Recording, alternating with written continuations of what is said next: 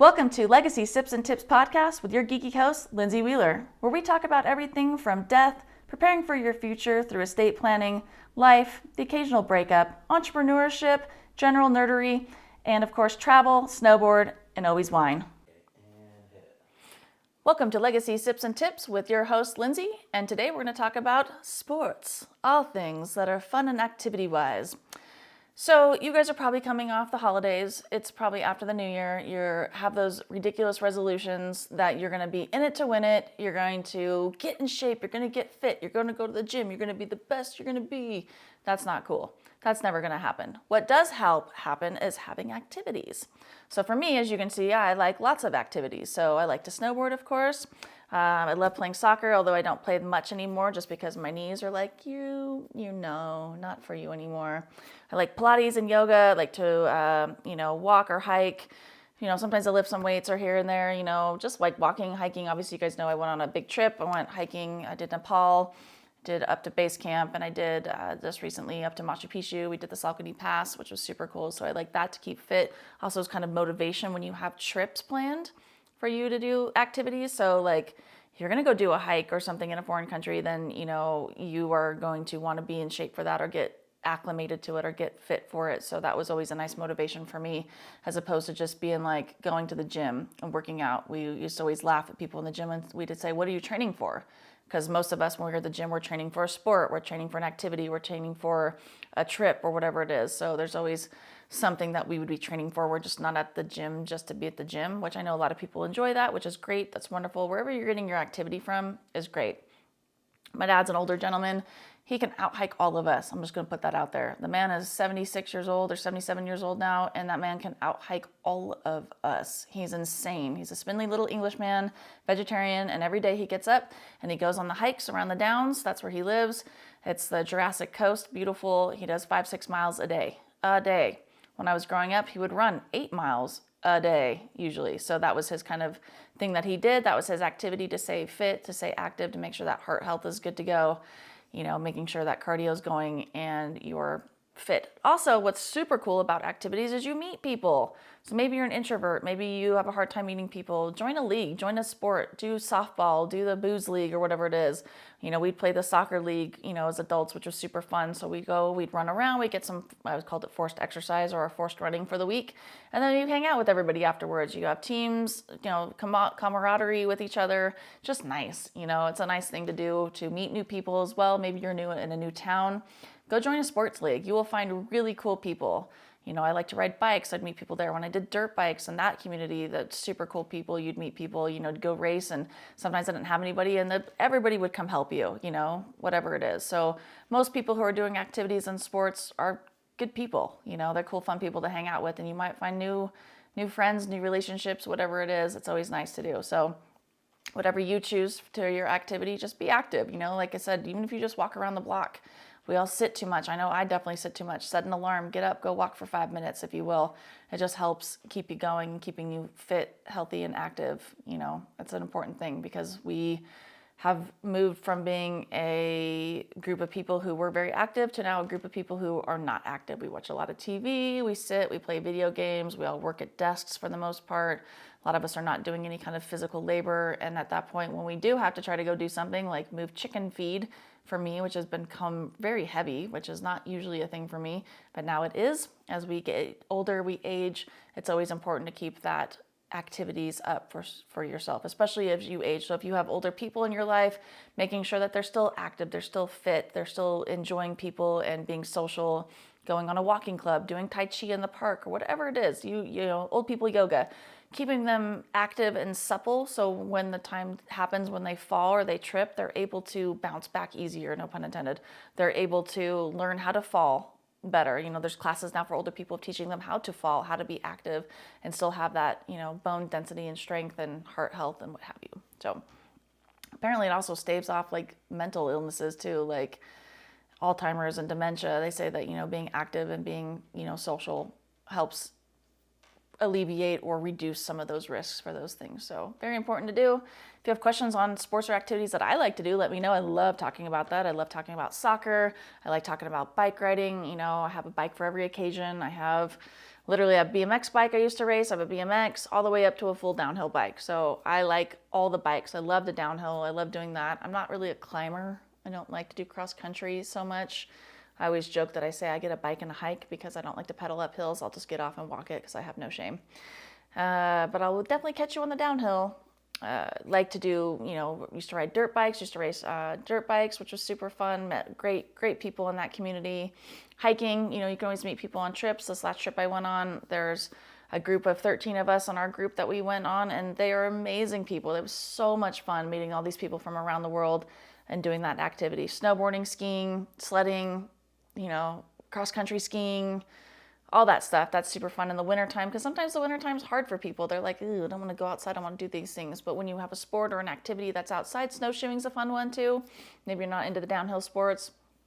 You can go snowshoeing, you can go mob around in the fields with your snowshoes and go up on little ridges and see cool things and little birds and activities. And the world is different covered in snow, so that's always fun if you have that availability as well. Or just more gentle things. Maybe you want to go do some yoga, some hot yoga if it's cold outside. That helps you stay supple or your joints feel good. Pilates, I love going to Pilates. That's one of my favorite things. It's a moving meditation for me. Helps with my ADD because somebody's cueing me and I'm working and I'm moving and not having to really think about anything. And so that's a nice alternative too.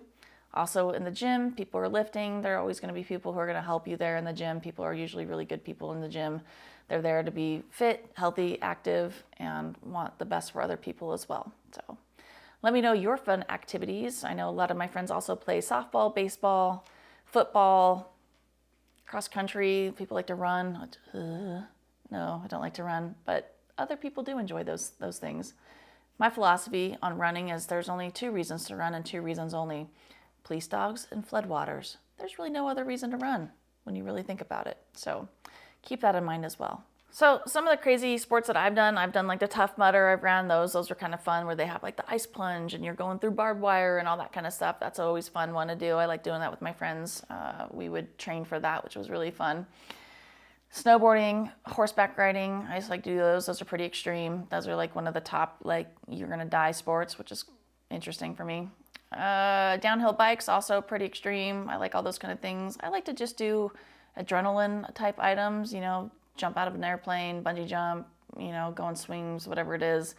Zip lining, that's a fun one.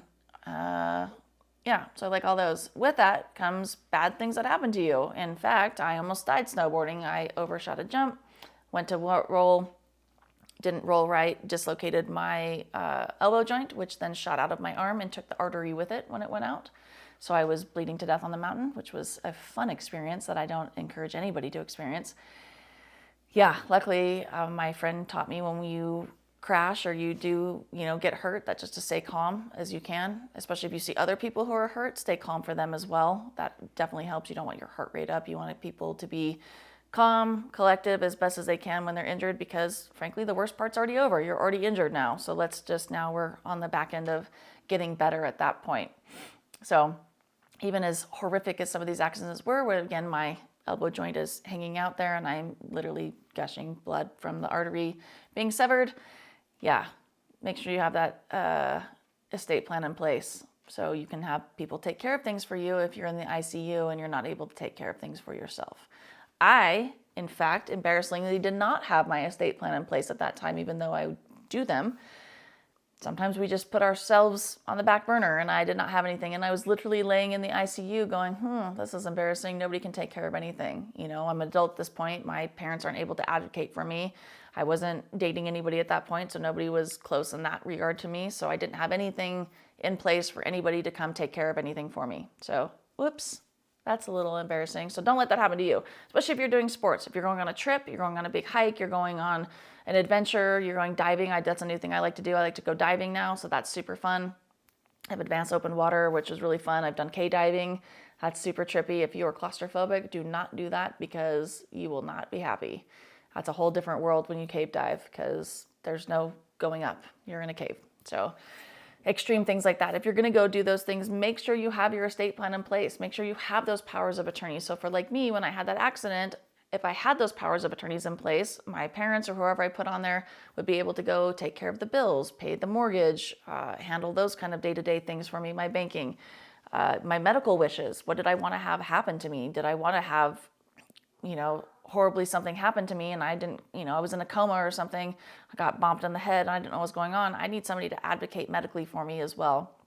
So those powers of attorney are super important through that estate plan. And then what happens if I did have a super bad accident and I'm really not going to get better anytime soon? So that estate plan would kick in at that point for my incapacity, and the people I've named as my agents can come take care of those things. And then ultimately, if I were to pass away during one of my sports activities, they're not going to have to go through probate. They're not going to have to dig around. I have all my stuff available. I have that legacy vault that they have access to see all my information in one go. So it makes it very easy and accessible. So if you're into the extreme sports, you like to do stupid stuff like I do, especially with my friend, me and her really like to go do stupid stuff together. She almost died on our one trip.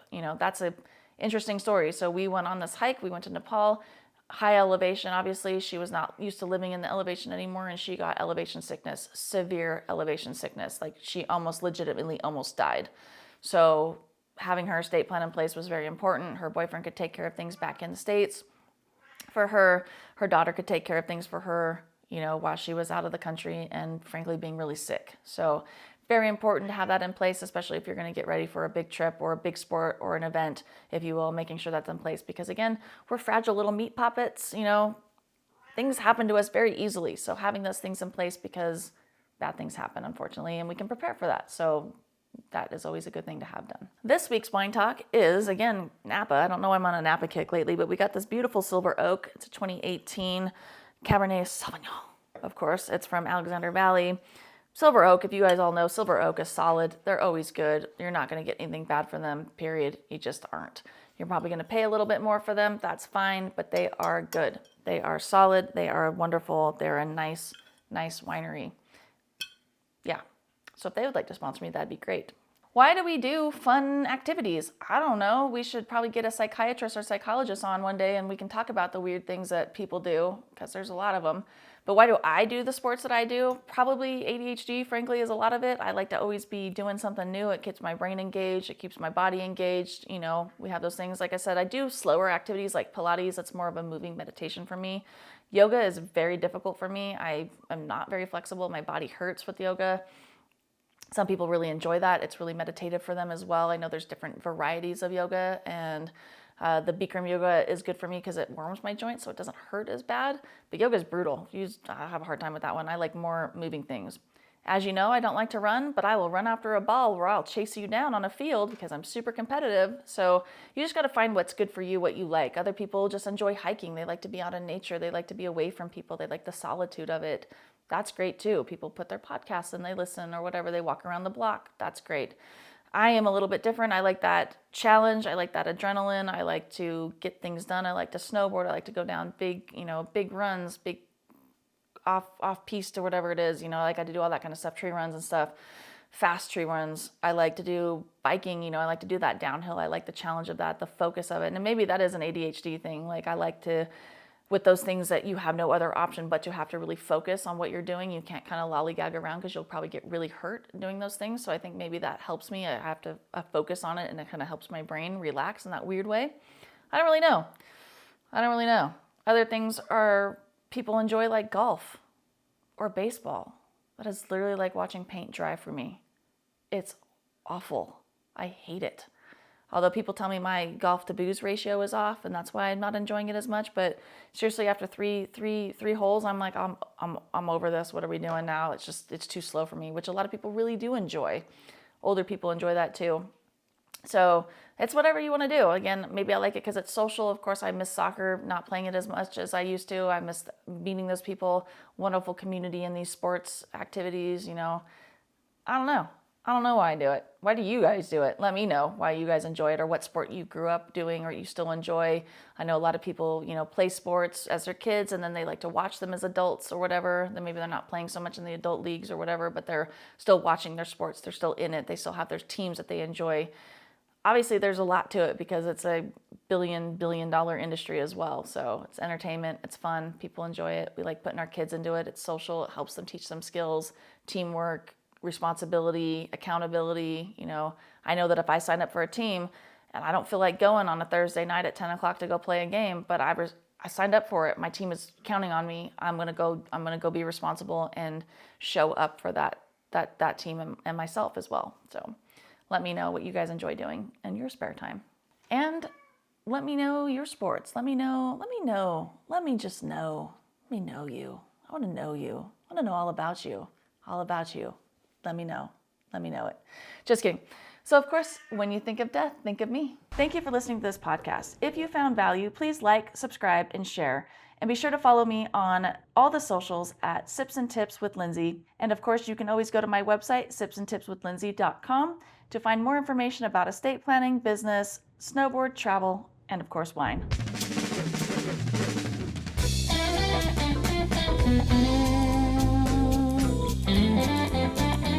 As always, we have to get the legal stuff out of the way. I went to law school, so you don't have to. However, we have to read the special disclaimer that I am not a practicing attorney. I am not your attorney. I am not offering any legal advice in any content or any episode.